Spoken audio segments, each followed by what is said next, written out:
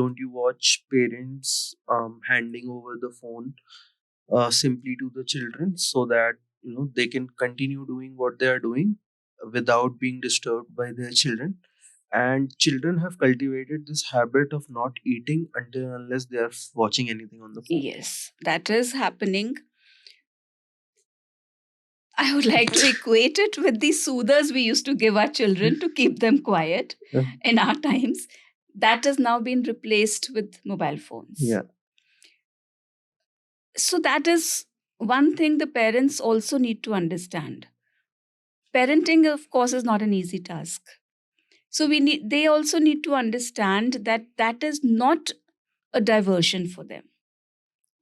Children do get distracted easily, but we need to give them that positive diversion rather than hand over mobile phones to them.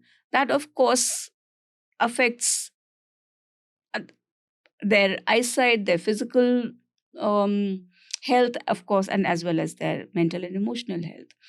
So, yes, mobile is not to be used as device to engage students to the point where the parents feel that they'll be quiet and they won't disturb what we are doing, and let them play on it. I have observed many parents doing that. And yes, that advice I would like to give to the parents, that do not use these devices as a distractive object for the student, for the children, and to engage them in more constructive activities rather than in these.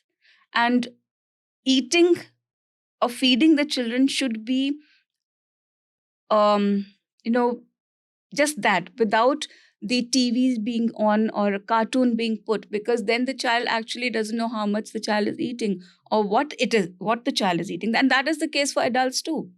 What we call binge eating, we do that because when we are watching, that is what the child does also.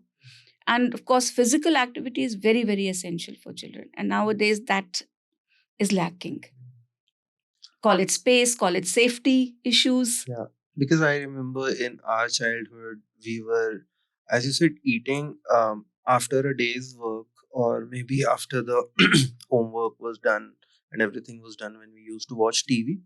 So we all, and whoever was there in the family, we would all sit together. And sometimes you would watch the TV, sometimes you would sit together and eat. So it was a mix of that world. And playing was a very essential part.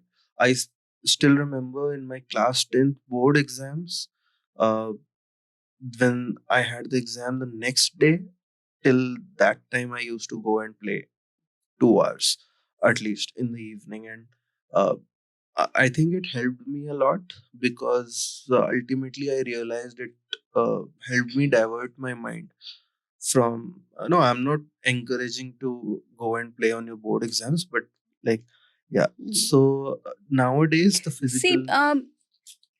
I would not be against going and playing for an hour or two, because the kind of, the relaxation that the children nowadays are seeking again is their device. So instead of spending that 1 hour on the device, if they go out and play, Yeah. I think that is a better option. Yeah, yeah, yeah. Especially during I was just conscious of not taking it during the exams are going on. That's fine, but yeah, uh, you should go out and play rather than be Yes, in and if it's not just go for a walk, go have a for a walk. talk with your friends. That'll freshen up your mind and make it ready to intake more information.